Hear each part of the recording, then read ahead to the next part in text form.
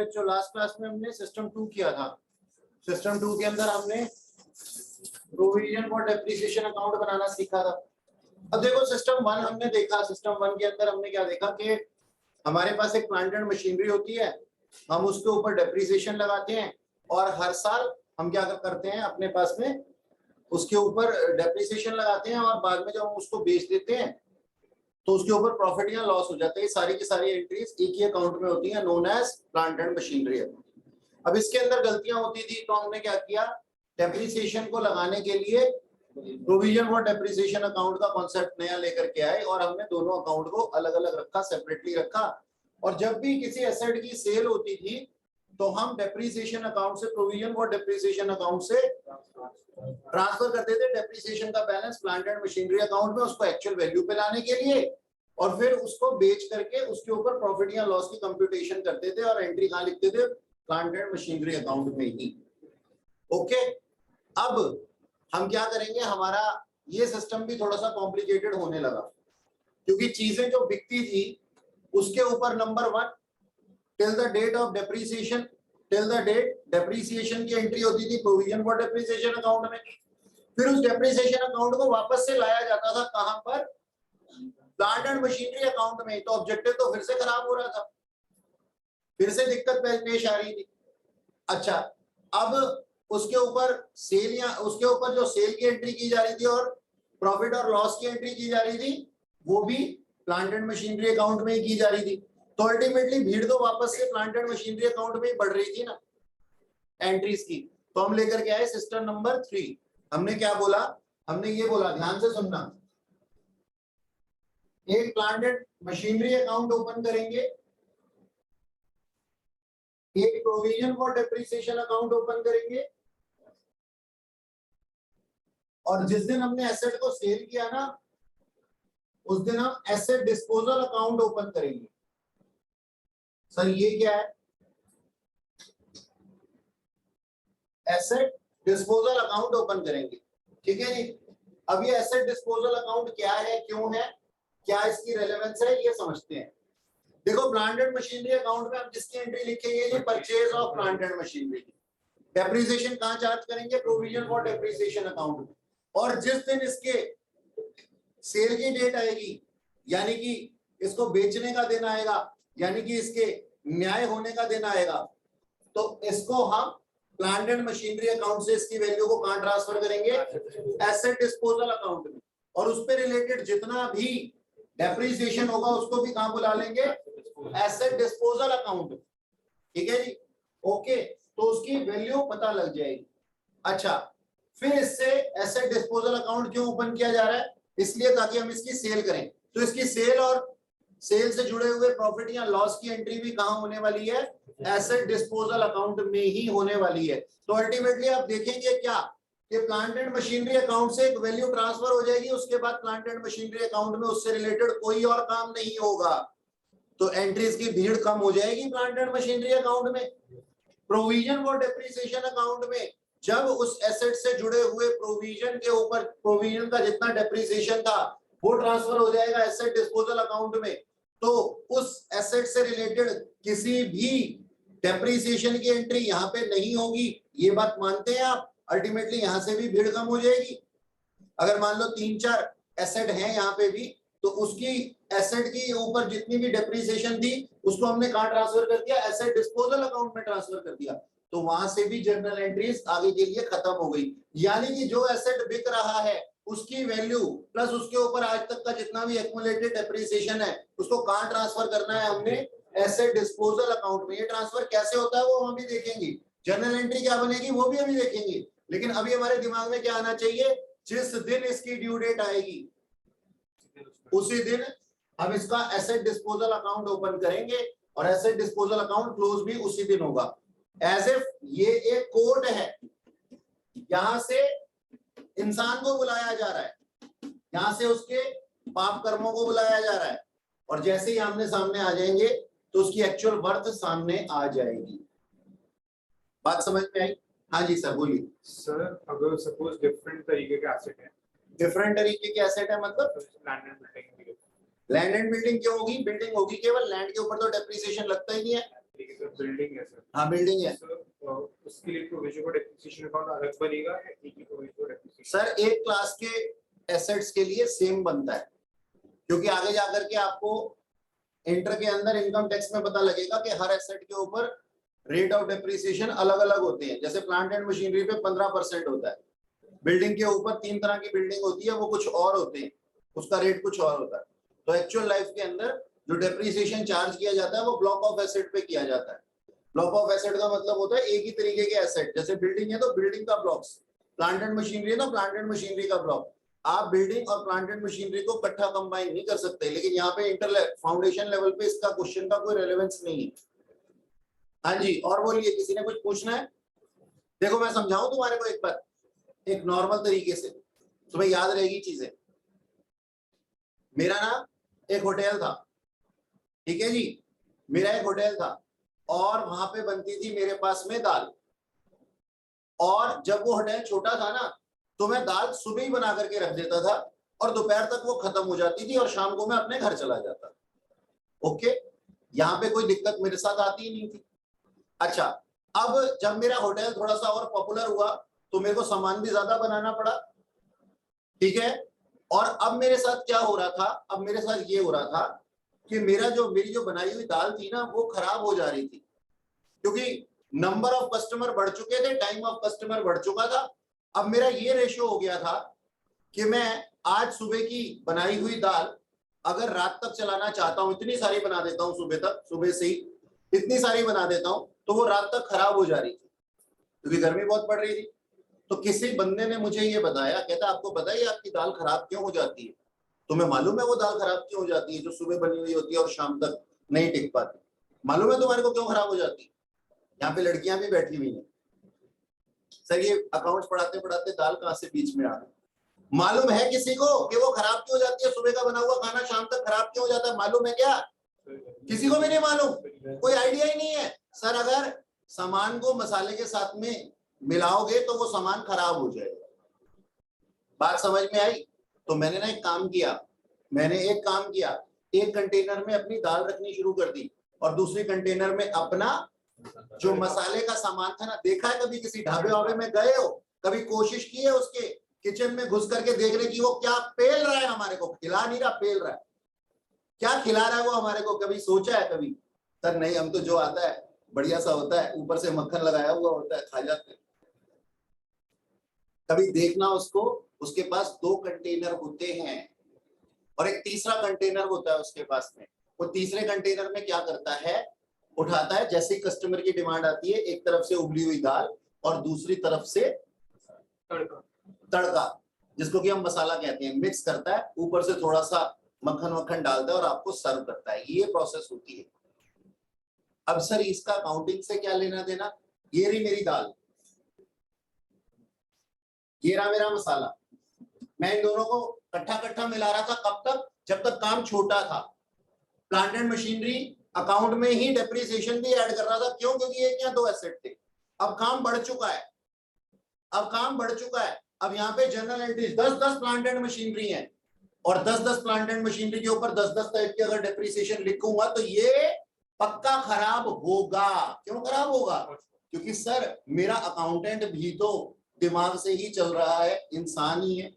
तो यहाँ पे खराबी होने लग रही थी, तो मैंने क्या किया, मैंने कहा ये प्लांट एंड मशीनरी अलग, क्योंकि यहाँ पे 10 प्लांट एंड मशीनरी की वैल्यूज हैं और इसके ऊपर जो डेप्रिसिएशन है वो अलग, क्योंकि यहाँ पे 10 तरह के डेप्रिसिएशन है। काम बढ़ चुका है, प्लांट एंड मशीनरी बढ़ चुकी हैं। समझ में आ रही है मेरी बात? और जिस दिन जिसको बेचना हो तो उस दिन मैं क्या करूंगा, ये दाल यहां से निकाल करके इस 3rd कंटेनर के अंदर, यानी कि प्लांट एंड मशीनरी की वैल्यू कहां पे? यहां, और इससे रिलेटेड जितना भी मसाला यानी कि डेप्रिसिएशन वो कहां पे? इसी कंटेनर के अंदर, क्योंकि अब केवल हम एक प्लांट एंड मशीनरी की बात कर रहे हैं। तो हमने एक एसेट डिस्पोजल अकाउंट खोल दिया। एसेट डिस्पोजल अकाउंट के अंदर अगर तुम्हारी बैलेंस शीट ही आ जाए ना, तो समझ जाना तुमने क्वेश्चन का कांड कर दिया है। क्योंकि एसेट डिस्पोजल अकाउंट के अंदर कोई भी एसेट बिकने के लिए ही आता है, आया और लास्ट में प्रॉफिट या लॉस के साथ में उसकी एंट्री खत्म हो गई। If still there is balance sheet, इसका मतलब something is missing, something is wrong in your computations. समझ में आई मेरी बात? इसकी रेलेवेंस समझ में आ रही है तुम्हारे को? ये थर्ड वो कंटेनर है जो कि आपस में इनको मिलने नहीं दे रहा था और आकर के लास्ट में मिला दिया। पिछली बार हम क्या करते थे सिस्टम 2 में, यहां से डेप्रिसिएशन वहां ट्रांसफर करो। क्यों करो? अरे ऑब्जेक्टिव क्या था इस डेप्रिसिएशन अकाउंट बनाने का, इस प्रोविजन फॉर डेप्रिसिएशन अकाउंट बनाने का प्रोविजन ये था कि हम इसको सेपरेट रखेंगे। सेपरेट आपने चार्ज किया, उसके बाद फिर आकर के इसके अंदर आप मिला रहे हो, तब भी गलतियों के चांसेस हो सकते हैं। तो अब की बार हम वैल्यू को सेकंड सिस्टम की तरह से प्लांट एंड मशीनरी अकाउंट के अंदर नहीं डालेंगे, बल्कि कहां लेकर के आएंगे? एसेट डिस्पोजल अकाउंट के अंदर लेके आएंगे। वहां से देखो दोनों पार्टीज होती है ना, जब जजमेंट का डे होता है उस दिन दोनों पार्टीज होती है ना। पार्टी प्लांट एंड मशीनरी क्या कह रही है? कहती है मैं तो 10 लाख की हूं। क्यों? क्योंकि आज तक डेप्रिसिएशन नहीं लगा ना। क्या अगर इसके अंदर डेप्रिसिएशन ना लगे तो ये ओरिजिनल वैल्यू पे नहीं दिखाई देगी? बोलो, क्या ये अपनी ओरिजिनल वैल्यू पे नहीं दिखाई देगी? तो प्लांट एंड मशीनरी कह रही है मैं 10 लाख रुपए की हूं। हमने कहा अच्छा, तू हमारे सामने 10 लाख रुपए की है, 10 लाख में हम तेरे को सेल नहीं कर सकते, क्योंकि कबाड़ी अंकल को मालूम है कि डेप्रिसिएशन का कॉन्सेप्ट भी कुछ होता है। डेप्रिसिएशन का कॉन्सेप्ट कुछ होता है, इसके चलते हमें पता लगा कि इसमें अगर इसके अंदर डेप्रिसिएशन चार्ज नहीं किया हुआ तो कहीं और किया हुआ होगा। और उस अकाउंट का नाम क्या है? Provision for depreciation account. तो हमने क्या किया? हमने प्लांट एंड मशीनरी जो नई दिखाई दे रही थी 10 लाख रुपए की, उसके अगेंस्ट जितना भी डेप्रिसिएशन था उसको भी बुलाया एसेट डिस्पोजल अकाउंट के अंदर। अब एक साइड प्लांट एंड मशीनरी है और दूसरी तरफ उसका डेप्रिसिएशन है। डेबिट और क्रेडिट एक दूसरे के दुश्मन होते हैं, तो आपस में वैल्यूज कट जाएंगी, और वैल्यूज कट जाएंगी तो क्या हो जाएगा सर? एक्चुअल वैल्यू आ जाएगी, और उस वैल्यू के ऊपर हम कंपेयर करेंगे कि हमारा कितने में सामान बिका है, तो हमारे सामने प्रॉफिट या लॉस आ जाएगा। मेरी बात समझ में आ रही है? क्या आप मेरी बात समझने में सक्षम है? आवाज नहीं आ रही मुझे? ओके जी जनाब बोलिए। सर अगर हम सपोज एक डेट पे 2 प्लांट एंड मशीनरी बेच सकते हैं सर, तो दोनों को ही यहाँ पे लाएंगे, दोनों से रिलेटेड डेप्रिसिएशन यहाँ पे आएगा और दोनों का ही प्रॉफिट और लॉस कंप्यूट किया जाएगा। लेकिन इस अकाउंट के अंदर वही प्लांट एंड मशीनरी आएगी जो उस दिन बिक रही होगी। और सर अगर 2 अलग-अलग डेट पे दो अलग-अलग डेट पे बिक रही है तो वो एसेट डिस्पोजल अकाउंट 2 अलग-अलग बनेगी, क्योंकि जिस दिन खुलेगा उसी दिन बंद हो जाएगा। जी जनाब बोलिए, कुछ कहना चाह रहे हैं? चलें आगे फिर। अच्छा तो चलो फिर आओ एक क्वेश्चन लिखते हैं और एक बढ़िया सा क्वेश्चन करते हैं, हमारे को समझ में आएगी चीजें।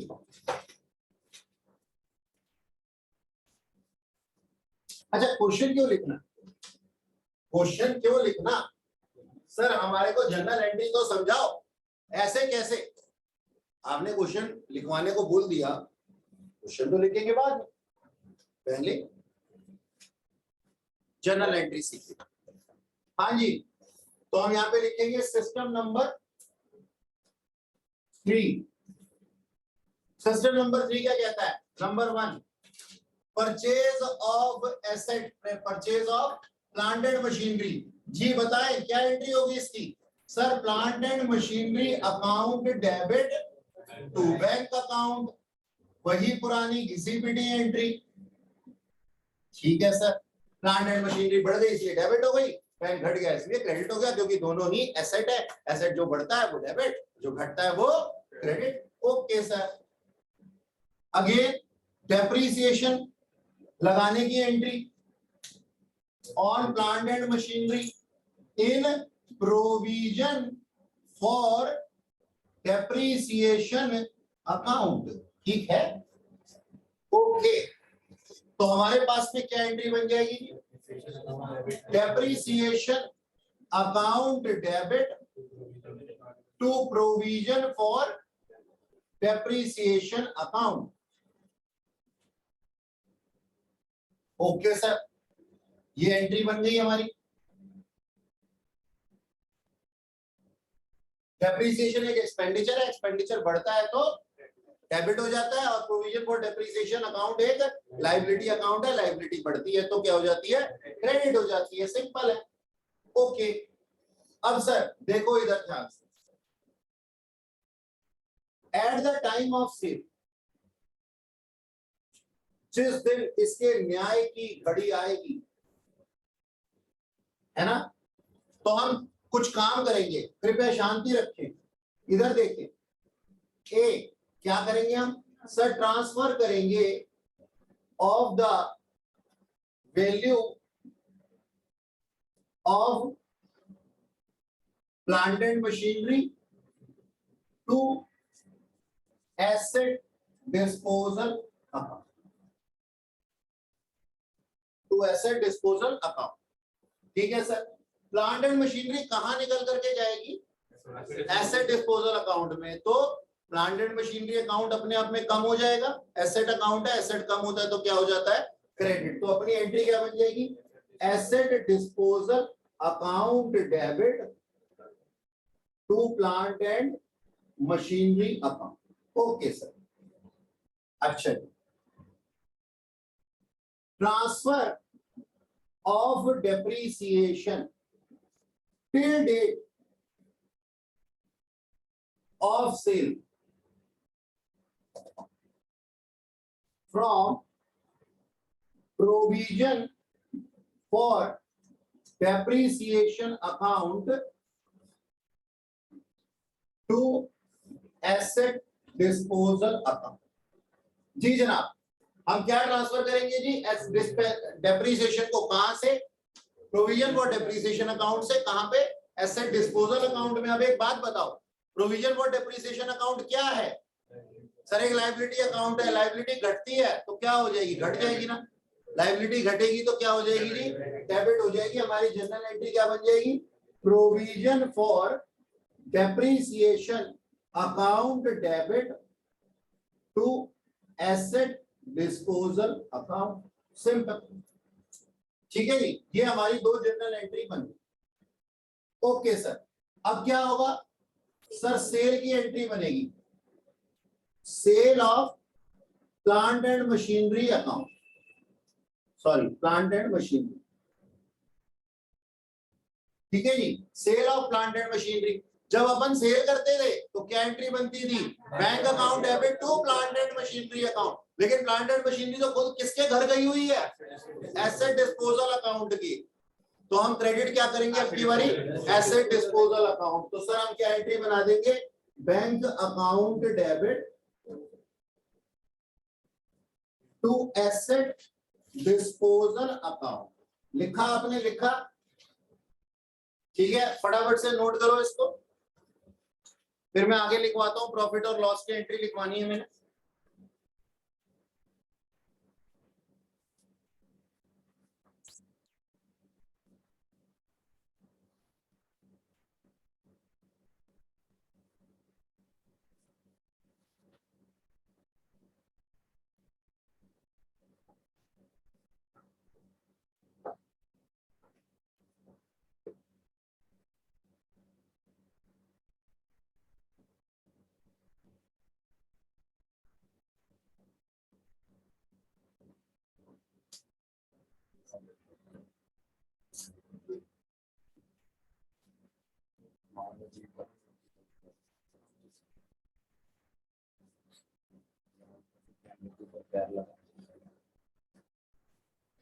और गंदा गंदा लिखने की प्रतियोगिता चल रही है।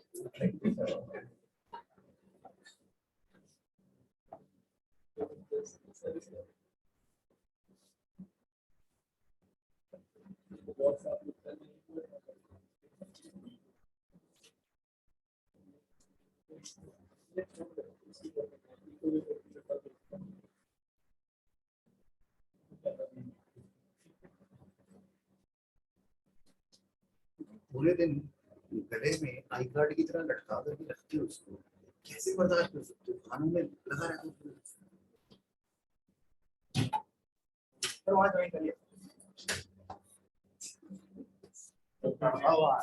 एग्जामिनेशन हॉल में भी ऐसे ही कर लेना,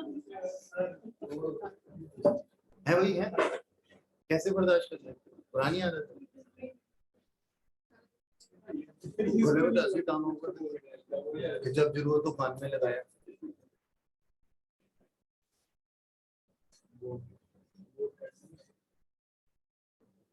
बहरे हो जाओगे थोड़े दिन। फिर कान की मशीनें लगा के रिलीज करेंगे।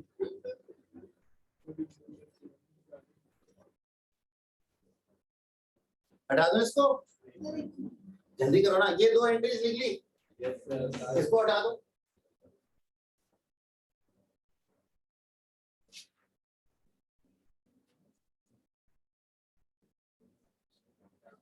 चलो जी, इधर देखो, प्रॉफिट और लॉस ऑन सेल। बातें मत करो। If it is the case of profit, profit होते थे तो हमारी एंट्री क्या बनती थी?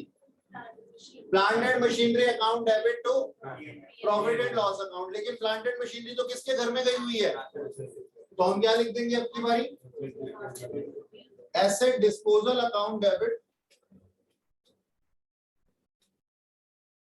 To profit and loss account. And if it is the case of loss, तो reverse entry P&L account debit to asset disposal account. Simple. यानी कि प्लांट एंड मशीनरी अकाउंट की जगह कौन ले लेगा? एसेट डिस्पोजल अकाउंट ले लेगा। हो गया जी, जनरल एंट्रीज लिख लिया आप लोगों ने? चलो आओ फिर एक क्वेश्चन लिखते हैं।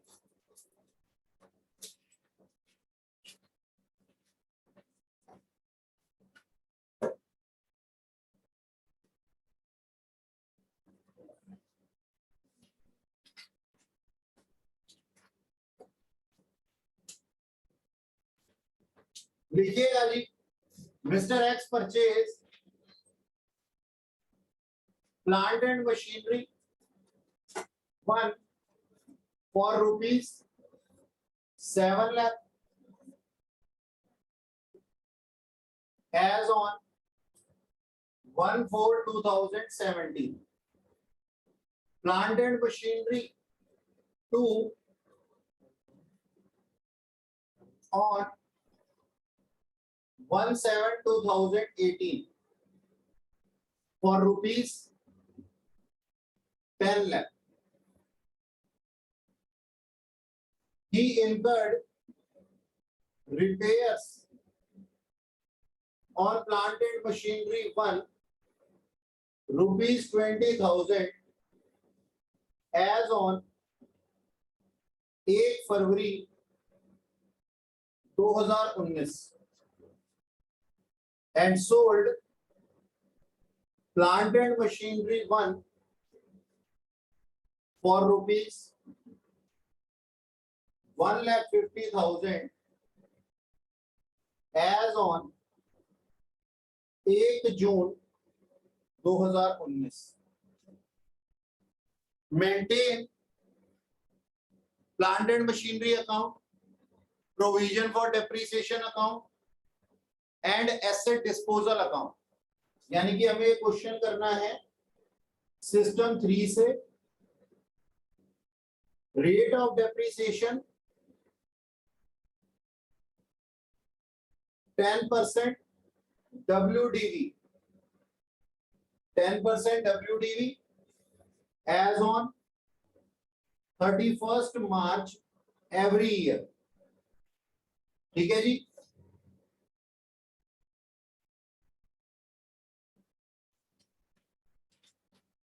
ओके,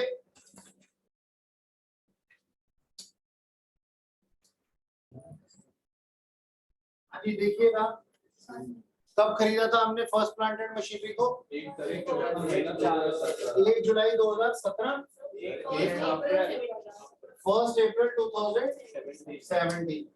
मैंने यहाँ लिखा 1 अप्रैल 2017। एक सेकेंड,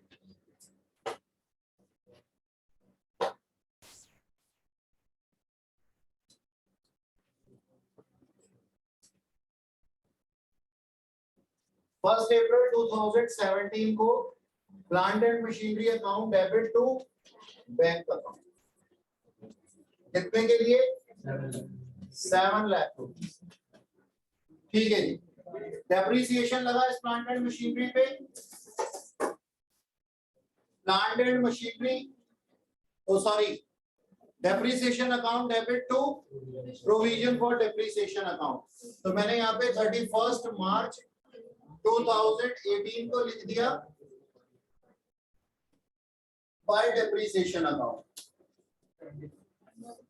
10% था WDV से 70,000 रुपीज। कैसे आया सर? 7 लाख रुपीज का 10% फुल ईयर के। ओके, अब 31 मार्च 2018 को मैंने यहां लिख दिया टू बैलेंस CD 70,000 रुपीज और अकाउंट को कर दिया क्लोज। याद रखना ये डेप्रिसिएशन प्लांट एंड मशीनरी 1 पे लगा और 31 मार्च 2018 को क्या वैल्यू हो गई by balance CD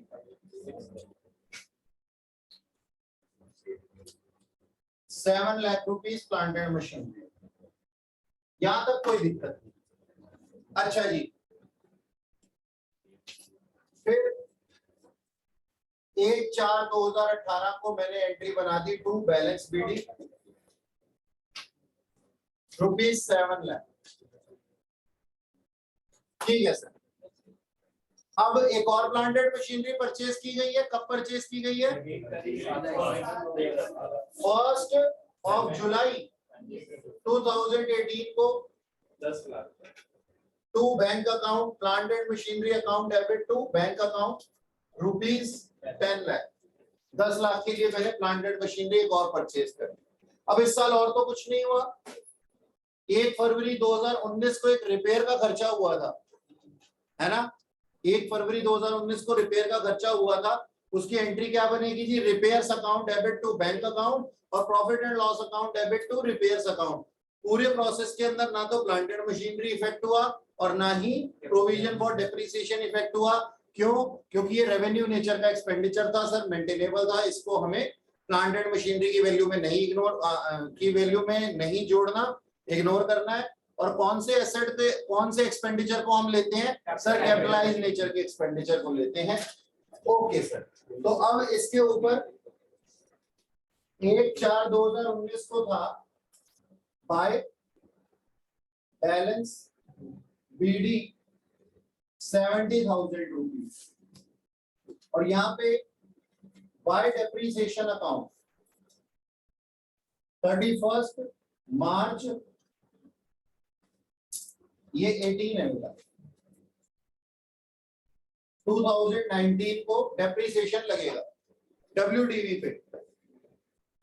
plant and machinery 1 की वैल्यू कितनी है सर? 7 लाख माइनस 70,000 6,30,000, क्योंकि WDV पे लग रहा है ना 10% 63,000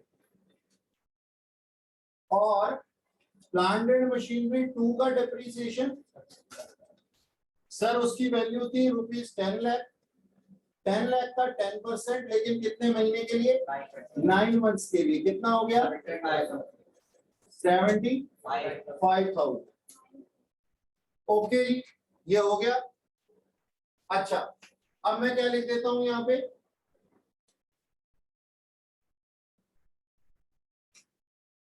इकतीस मार्च 2019 को टू बैलेंस CD। अब इधर ध्यान दीजिएगा, प्लांट एंड मशीनरी 1 पे आज तक का डेप्रिसिएशन कितना लग चुका है सर? लास्ट ईयर का 70,000 और प्लस इस साल का 63,000, टोटल मिला के कितना हो गया? 1,33,000। मेरे हिसाब से कोई दिक्कत नहीं होनी चाहिए। अच्छा जी, और प्लांट एंड मशीनरी 2 पे सर 75,000 जो अभी हमने निकाला, अलग अलग करके दिखाए और ये इस साल का काम खत्म। हाँ जी, ठीक है ना? एसेट बिक कब रहा है? 1 जून को, 1 जून 2019 में। ठीक है, 31 मार्च 2019 तक का काम हमने खत्म कर दिया। 31 मार्च 2019 को बाय बैलेंस CD कितनी लिख दूंगा यहाँ पे? बोलिए। प्लांट एंड मशीनरी 1 और plant and machinery 2 plant and machinery 1 की वैल्यू 7 लाख और ये 10 लाख और ये अकाउंट क्लोज। ठीक है जी, यहां तक कोई दिक्कत नहीं। अच्छा, अब 1/4/2019 को हमारा बैलेंस चल रहा था टू बैलेंस बीडी 17 लाख और यहाँ पे 1/4/2019 को बाय बैलेंस रीडिंग दोनों को ऐड करके कितना आ जाएगा?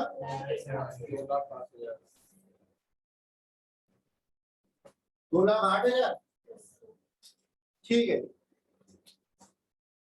अब एक बात बताओ, एक एसेट प्लांट एंड मशीनरी 1 को मैं बेच रहा हूं, कब बेच रहा हूं? 1 जून को। तो depreciation for the part of the year 2 महीने का लगेगा, अप्रैल का और मई का, ठीक है ना? तो मैंने 1 जून 2019 को क्या एंट्री बनाई? Bye depreciation account. ठीक है, कौन सी प्लांट एंड मशीनरी पे? 1 पे। इधर देखिएगा, ध्यान दीजिए, फिर बाद में कंफ्यूज हो जाएंगे। ध्यान दीजिए, WDV से डेप्रिसिएशन लगाना है। WDV कितनी होगी उसकी? सर 7 लाख की हमने परचेज की थी, आज तक का डेप्रिसिएशन कितना लग चुका है? 1,33,000। तो इसकी वैल्यू कितनी आ जाती है? 5,67,000 का 10% का 2/12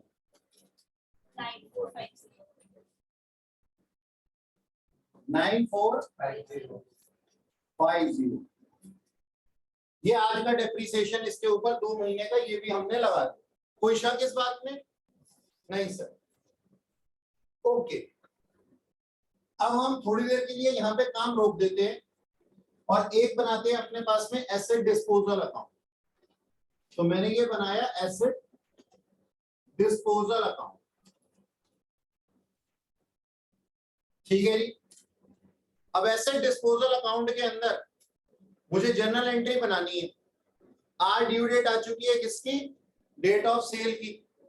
अच्छा, तो हम क्या करेंगे सर? सबसे पहली एंट्री क्या बनाएंगे? Transfer of value of plant and machinery from plant and machinery account to asset disposal account. Entry क्या बन जाएगी? Asset disposal account debit to plant and machinery account. तो मैं डेबिट साइड पे लिख दूं 1/4/2019 को to plant and machinery account.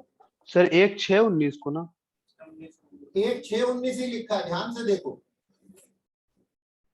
कैसे देखते हो तुम? 1/6/19 लिखा है बेटा, 1/6/19 लिखा है। अच्छा अच्छा, देखो देखो मेरी बात सुनो, देखो मजाक को मजाक में रहने दो। 1/6/2019, ठीक है? तो 1/6/2019 को हमारे प्लांट एंड मशीनरी 1 की यहां से वैल्यू ट्रांसफर होगी कितनी? 7 लाख रुपए। ओके सर, अब दूसरा ट्रांसफर करेंगे, दूसरी एंट्री क्या बनाएंगे जी? Provision for depreciation account debit to asset disposal account. क्यों बनाएंगे? हम वहां से वैल्यू को बुला रहे हैं, कहां पे? एसेट डिस्पोजल अकाउंट में। अच्छा जी, तो यहाँ पे हम 1/6/2019 को एंट्री लिख देते हैं क्या? By provision for depreciation account.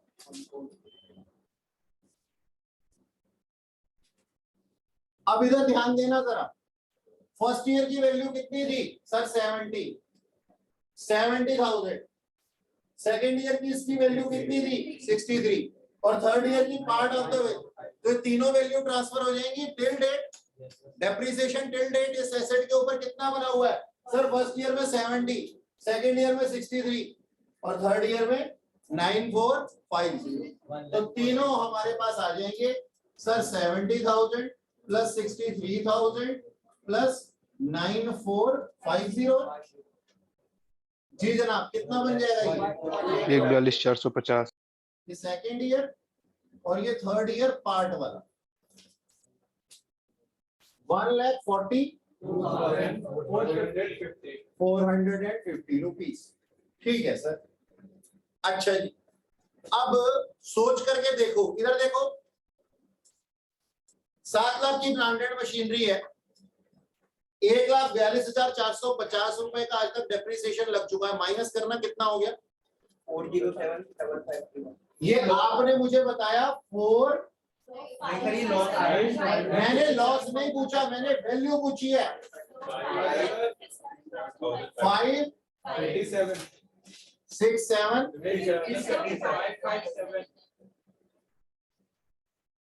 557 550। अच्छा, ये वैल्यू आ गई। अब इस वैल्यू को अगर मैं बेच दूं कितने में? 1.5 लाख रुपए में, तो जाहिर सी बात है मुझे लॉस आएगा। तो पहले तो बेचने की एंट्री बनाएंगे। क्या एंट्री बनेगी हमारे पास में? Bank account debit to asset disposal account. तो मैंने 1 जून 2019 में क्या लिख दिया? By bank account. कितना? 1,50,000।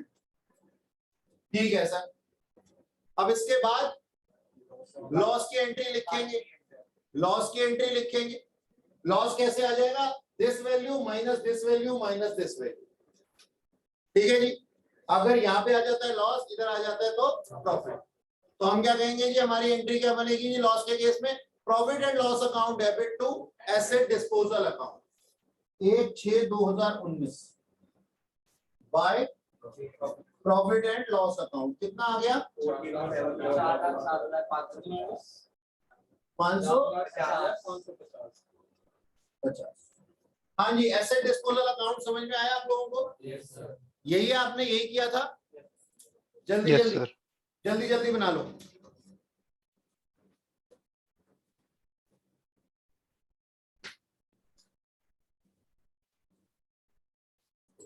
हटा दो एसेट डिस्पोजल अकाउंट को। सर हाँ जी सर। जो आप एक कैलकुलेशन दिखाते हो जी जनाब। कौन सी? जैसे डेप्रिसिएशन 70,000 निकालने वाली कैलकुलेशन, हाँ, या समझाने के लिए लिख रहे हो या हमें भी लिखनी है? आपको भी लिखनी है, आपको भी समझाना है उसको। हटा दो। अच्छा, ये एसेट डिस्पोजल अकाउंट गया।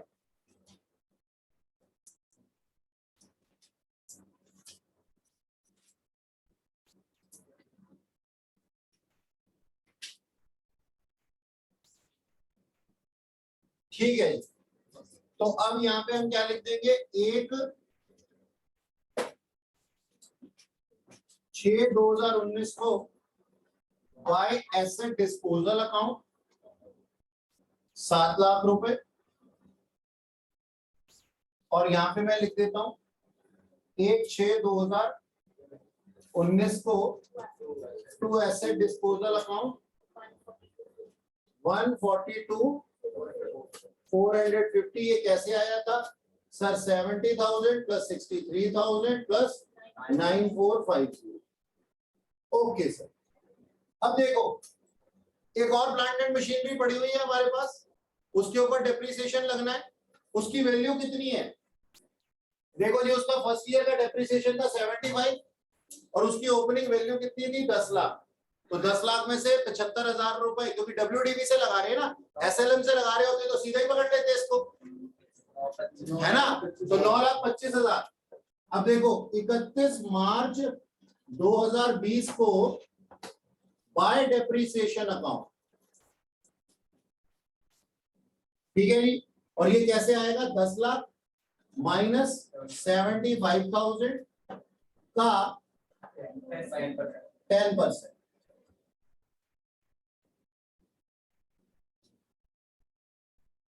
ये कितना हो जाएगा?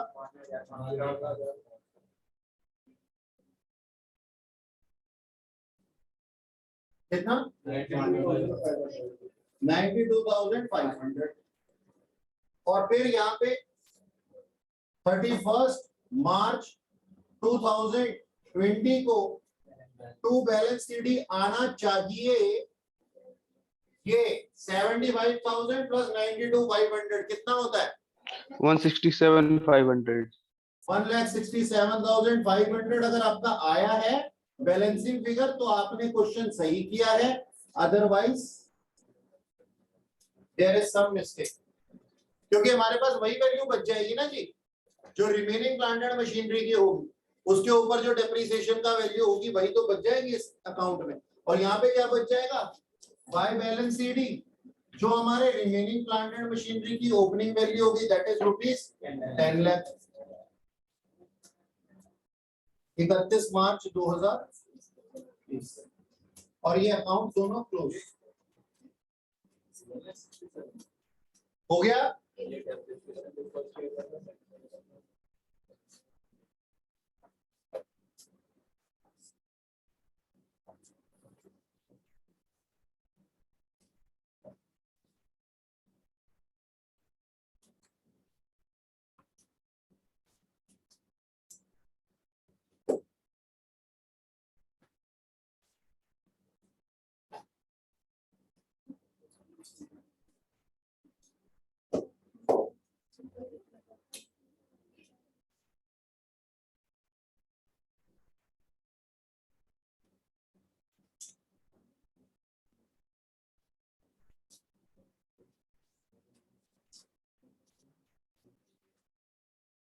सर क्वेश्चन लिखा आप लोगों के सामने, balance in plant and machinery account as on 1/4/2018 कितना है, 10 लाख। इस प्लांट एंड मशीनरी को कब परचेज किया गया था, 1/4/2016 को।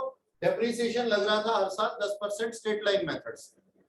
अच्छा जी, यानी कि उसके अंदर प्लांट एंड मशीनरी अकाउंट के अंदर बैलेंस है। अच्छा, फिर 1/3 of plant and machinery was sold for 2 lakh as on 1/7/2018। 1/7/2018 1 जुलाई 2018 को हमने 1/3 पार्ट प्लांट एंड मशीनरी का बेच दिया था, जिसके ऊपर 2 साल का डेप्रिसिएशन लग चुका होगा। क्या आप ऐसा मानते हैं? 16 से 17 और 17 से 18 बेचा कब है हमने इसको, 1 जुलाई 2018 को, और उसके ऊपर 3 महीने का डेप्रिसिएशन और लग चुका होगा। तो 2 साल 3 महीने का डेप्रिसिएशन स्ट्रेट लाइन मेथड से लगाने के बाद हमने उस 1/3 पार्ट को बेच दिया है कितने में, 2 लाख रुपए पे। तो इसके प्रॉफिट एंड लॉस हमें निकालने हैं सर, और हमारे को मेंटेन करना है plant and machinery account, provision for depreciation account और एसेट डिस्पोजल अकाउंट। सर एक बात बताइए आप मेरे को, अगर मैं आपको ये कह रहा हूं कि मेरा प्रोविजन फॉर डेप्रिसिएशन अकाउंट बन रहा है, इस क्वेश्चन में मुझे प्रोविजन फॉर डेप्रिसिएशन अकाउंट बनाना है, तो जाहिर सी बात है मैंने शुरुआत से बनाया होगा, और शुरुआत से बनाया होगा तो डेप्रिसिएशन कहां लगाया होगा, प्रोविजन फॉर डेप्रिसिएशन अकाउंट में।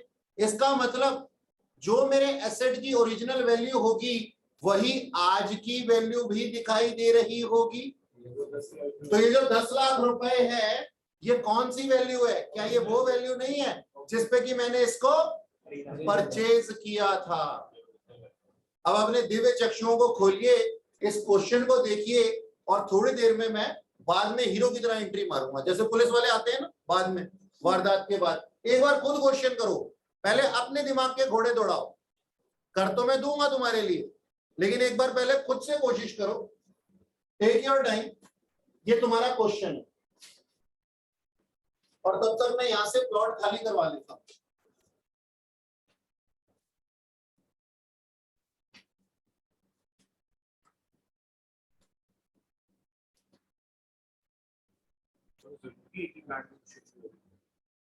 हाँ जी सर, जरूरी है एक ही प्लांट एंड मशीन हो, जरूरी है कि प्लांट एंड मशीनरी मतलब एक ही प्लांट एंड मशीन। हाँ, क्योंकि यहाँ पे मैंने पार्ट लिखा है ना, तो बैलेंस में तो 10 लाख तो जब मैं डिक्लेयर कर रहा हूँ इस चीज को, balance in plant and machinery, अगर क्वेश्चन में नहीं दिया हुआ कि 2 हैं तो आप उसको एक ही तो मानेंगे, अगर 2 होंगी तो 2 बताएगा। अगर ऐसा लिखा होता कि balance in plant and machinery account was 1/4/2008 10 lakh रुपए which represent plant and machinery 1 for ₹5 lakh and plant and machinery 2 for remaining 5 lakh, तब हम मानते ना। अगर क्वेश्चन नहीं कह रहा कि 2 प्लांट एंड मशीनरी तो इसको एक ही माने। क्यों सर, नाराज हो मेरी बात से? ठीक है, चाय जरूर पी के जाना, जल्दी जल्दी करो फटाफट से। मतलब अगर किया नहीं जा रहा ना तो कम से कम पेन तो चलाओ।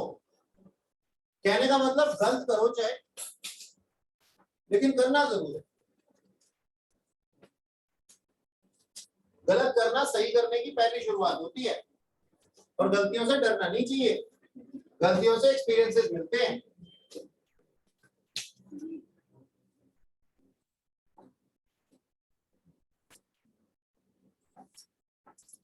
क्या हंस रहे हो तुम पीछे? हैं? कुछ ना कुछ जो की कर रहे होगे, कुछ कमेंट कर रहे होगे मेरे ऊपर, है ना? अब जो हमने किया उससे अलग तुम क्या कर लोगे? तुम भी वही करते हो तो हम क्या करते थे?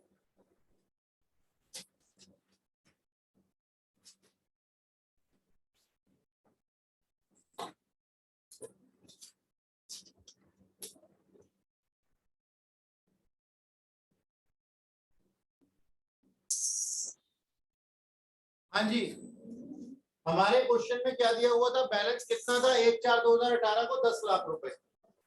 अब हमारे प्रोविजन फॉर डेप्रिसिएशन अकाउंट में भी तो कुछ बैलेंस होगा ना, वो हमने निकाल लिया। भाई ये प्लांट एंड मशीनरी 16-17 में खरीदी गई थी 1/4/2016 को, तो 2 साल का डेप्रिसिएशन 16-17 और 17-18 का इसके ऊपर होगा, और एसएलएम से है 10%, तो हर साल ओपनिंग वैल्यू पे ही लगा होगा। तो कितना? 10 लाख का 10% 1 लाख, और फिर 17-18 में भी 10 लाख का 10% 1 लाख, तो कितनी आ गई वैल्यू? 2 लाख। ये 2 लाख कैसे आया, समझ में आया? ठीक है जी, क्योंकि ये 2 साल पुरानी plant and machinery. Okay sir, अब एसेट बिकने जा रही है, एसेट बिकने जा रही है, तो हमारे पास में क्या बनेगा? एसेट डिस्पोजल अकाउंट बनेगा। उससे पहले हमारे को उसके ऊपर 3 महीने का डेप्रिसिएशन चार्ज करना होगा। मानते हैं आप इस बात को? मेरे को आवाज नहीं आ रही आप लोगों? ठीक है ना? तो 3 महीने का डेप्रिसिएशन चार्ज करना होगा हमारे को, तो हमने किया, और एंट्री क्या बनेगी? Depreciation account debit to provision for depreciation account. ठीक है सर। ओपनिंग वैल्यू कितनी थी फुल एसेट की? 10 लाख। कितना पार्ट बिक रहा है? 1/3। कितना डेप्रिसिएशन है सर? 10%। कितने महीने के लिए सर? 3 महीने के लिए, क्योंकि जुलाई में बिक रहा है। 10 लाख का 1/3 बिक रहा है, उसके ऊपर डेप्रिसिएशन का रेट क्या है? 10%, और कितने महीने का? 3 महीने के लिए। ओके, तो हमारी वैल्यू कितनी आ जाती है? 8,333 रुपीस। ये डेप्रिसिएशन टिल डेट। अब इधर देखिए, कृपया ध्यान दीजिए, यहां ध्यान दीजिए, एसेट डिस्पोजल अकाउंट बनाएंगे हम सबसे पहले क्या एंट्री करेंगे? प्लांट एंड मशीनरी अकाउंट से एसेट डिस्पोजल अकाउंट में बुलाने की एंट्री क्या बन जाएगी? Asset disposal account debit to plant and machinery account. तो ये डेट है 1 जुलाई 2018, मैंने यहाँ पे एंट्री कर दी बाय एसेट डिस्पोजल अकाउंट। कितना सर? इसकी वैल्यू थी 1/3, तो 10 लाख रुपीस का 1/3 कितना हो गया? 3,33,333 रुपीस। ठीक है जी, 0.33 है, कोई दिक्कत नहीं, वो तुम रख लो। और यहाँ पे मैं क्या लिख देता हूं? 1 जुलाई 2018 को to plant and machinery account 3,33,333 rupees. ठीक है ना? ओके, इतना बैलेंस हमारे पास में आ गया। अब आज तक का एक्युमुलेटेड बैलेंस डेप्रिसिएशन का था, उसके लिए क्या जनरल एंट्री बनेगी? Provision for depreciation account debit to asset disposal account. तो मैंने 1 जुलाई 2018 को यहाँ पे क्या एंट्री बनानी है? टू एसेट डिस्पोजल अकाउंट, और यहाँ पे 1 जुलाई 2018 को by provision for depreciation account. ठीक है जी, अब इसकी वैल्यू कितनी आएगी ये हमारे को देखना, चेक करो। एक सेकेंड शांत रहो। आज तक का एक्युमुलेटेड बैलेंस कितना था? 2 लाख था, तो 2 लाख में इसका भी शेयर होगा। मानते हो या नहीं मानते हो? ठीक है ना? तो ये 2 लाख रुपए टोटल डेप्रिसिएशन है 10 लाख की मशीनरी पे, इसका 1/3 कितना होगा? प्लस अभी अभी जो लगाया गया 83,333। ठीक है जी, 8333। ठीक है, ये आज तक का डेप्रिसिएशन है किसके ऊपर? उस 1/3 पार्ट के ऊपर। कितना हो जाएगा ये? 75,000 रुपीज। कैसी रही? बढ़िया, बात समझ में आई मेरी या नहीं है? अब आप पहले ओपनिंग वैल्यू पे जाएं, फिर उसका माइनस करके डेप्रिसिएशन दिखाएं। क्या जरूरत है मेहनत करने की? 2 लाख रुपए 10 लाख के ऊपर है, तो इसका शेयर कितना होगा 1/3 मशीनरी का? सर यहाँ पे जो भी वैल्यू आ गई होगी 2 लाख का 1/3, और साथ में ये ताजा डेप्रिसिएशन अभी 3 महीने का हमने इसी पार्ट पे लगाया था, वो पूरा का पूरा, तो ये अमाउंट ट्रांसफर हो गया। तो आज इस प्लांटेड मशीनरी की वैल्यू इतनी आ गई, कितने में बिक रही है ये? 2 लाख रुपए में। तो मेरी एंट्री क्या बन जाएगी? Bank account debit to asset disposal account. तो मैं यहाँ क्या लिख दूंगा? By bank account. कितना? 2 लाख रुपया। अब सोचो 3,33,333 रुपए की प्लांटेड मशीनरी, जिसके ऊपर आज तक डेप्रिसिएशन 75,000 था, तो ये अपनी ओरिजिनल वैल्यू पे आ गई। वो ओरिजिनल वैल्यू कितनी है जल्दी बताएं? 258,333 की वैल्यू की अगर प्लांटेड मशीनरी में 2 लाख में बेच दूंगा तो मेरे पास में लॉस आ जाएगा, हाँ या ना? करके दिखाऊं क्या? आओ करके दिखा देता हूं। अरे लो, ऐसे कैसे? अरे ऐसे कैसे? Computation of profit and loss, profit और लॉस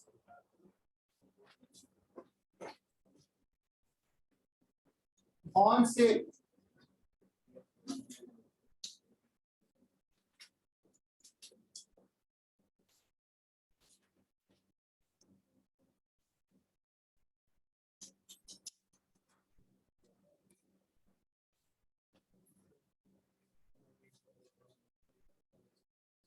हाँ जी, ओपनिंग वैल्यू कितनी थी? 10 लाख का 1/3 था ना, 3,33,333 minus depreciation till date, date of sale कितना? 75,000। कितने की वैल्यू आ गई? 1 जुलाई 2018 को इनकी वैल्यू कितनी बताइए? 25,000,000 माइनस सोल्ड फॉर 2 लाख, तो सर लॉस कितना आ गया? 58,333। बोलो जी, कोई दिक्कत?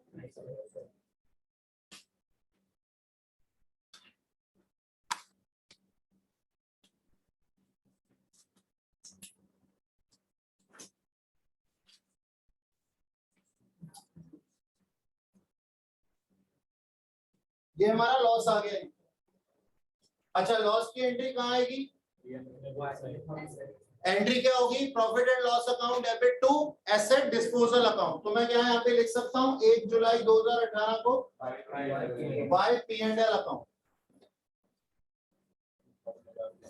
58,333 और ये एसेट डिस्पोजल अकाउंट पूरा हो गया। एसेट डिस्पोजल अकाउंट बनाने के बाद अब हम क्या करेंगे? आगे की प्लांटेड मशीनरी के ऊपर काम करेंगे। प्लीज इसको जल्दी से बना लीजिए, इन दोनों को अपनी कॉपी में। आप लोगों ने बना लिया एसेट डिस्पोजल अकाउंट मेरे साथ ही, और ये प्रॉफिट और लॉस की कंप्यूटेशन बना ली। चलो ठीक है, इसको हटा देता हूं दोनों को यहां से।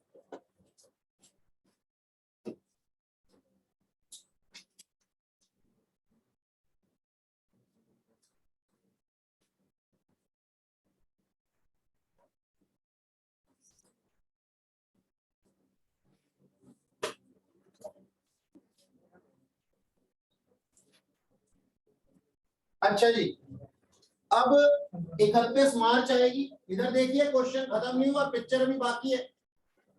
31 मार्च 2019 को डेप्रिसिएशन लगेगा रिमेनिंग पार्ट पे 2/3 पे। तो हमारी एंट्री क्या होगी? Depreciation account debit to provision for depreciation account. तो हमने यहाँ लिख दिया बाय डेप्रिसिएशन अकाउंट। और इसका वैल्यू कैसे निकलेगा? सर 10 लाख का 2/3 जो रिमेनिंग प्लांटेड मशीनरी है का 10% फुल ईयर के लिए कितना आ गया? ये 7 66,667 रुपीज। ओके, ये हो गया हमारे पास। अब 31 मार्च 2019 को by balance CD plant and machinery account में बैलेंसिंग फिगर 10 लाख में से इतनी की प्लांट एंड मशीनरी जा चुकी है, तो 66,66,667 की रिमेनिंग बच गई है। क्या आप मानते हैं?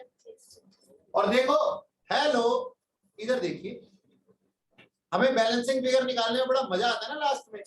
वो बैलेंसिंग फिगर कितनी आनी चाहिए ये सुन लो टेक्निकली। 31 मार्च 2019 को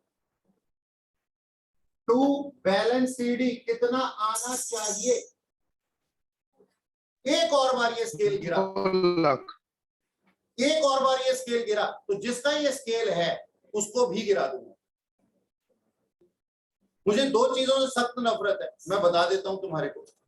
एक तो ये जो तुम अपने इक्विपमेंट्स गिराते हो, और ये जो पेन के अंदर टिक टिक करते रहते हो। सच बता रहा हूं मैं, मेरे को इससे बढ़िया ढोल बजा लो, कम से कम लगेगा तो सही ना कुछ संगीत बज रहा है। ना लाए, तंग करते हैं मुझे। इधर सुनो, तो क्या मैं कह रहा था, टेक्निकली कितना बचना चाहिए? जो जा चुका है उसकी वैल्यू भी जा चुकी है डेप्रिसिएशन में से। हाँ सर, अच्छा, बचना कितना चाहिए? ये 2 लाख में से 2/3 मानते हो? और ये वाला वैल्यू ये बचना चाहिए। अगर ये नहीं बचे है ना, और कुछ और आ रहा है आपका आंसर, तो क्वेश्चन में आपने कांड कर दिया। टेक्निकली सोचो, जो जा चुका है उससे रिलेटेड डेप्रिसिएशन भी जा चुका है, जो पार्ट जा चुका है उससे रिलेटेड डेप्रिसिएशन भी जा चुका है। तो बचे हुए पार्ट के ऊपर आज तक का एक्युमुलेटेड बैलेंस और आज जो डेप्रिसिएशन लगाया है वही होना चाहिए ना इस घर में, इस अकाउंट के घर में। तो वो कितना होना चाहिए सर? वो होना चाहिए 2 लाख रुपए का 2/3 और प्लस ये वैल्यू 66,667। क्या 2 lakh? Yes sir. Balancing figure sir एक बार चेक कर लेते हैं। देखो, आना तो यही चाहिए, 2 लाख का 2/3 और साथ ही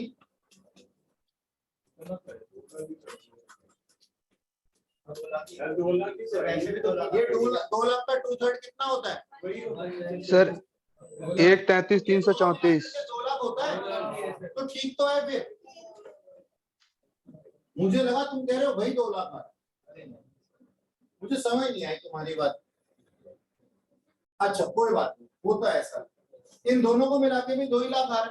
तो मैंने जो तुम्हारे को समझाना चाहा, तुम्हारे को बात समझ में आई?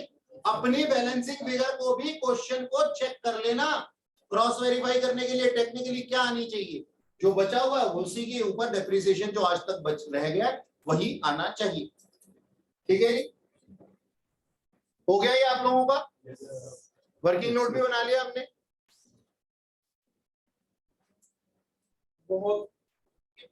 That's all for today. Next time आगे करेंगे हम लोग।